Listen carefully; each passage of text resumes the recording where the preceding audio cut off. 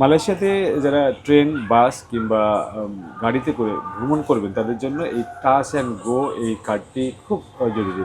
আমি এই বাসে যখন উঠলাম এখানে যে বুথটি আছে সেখানে টাচ করার সঙ্গে সঙ্গে কিন্তু আমার বাসের টিকিটটি কাটা হয়ে গেল।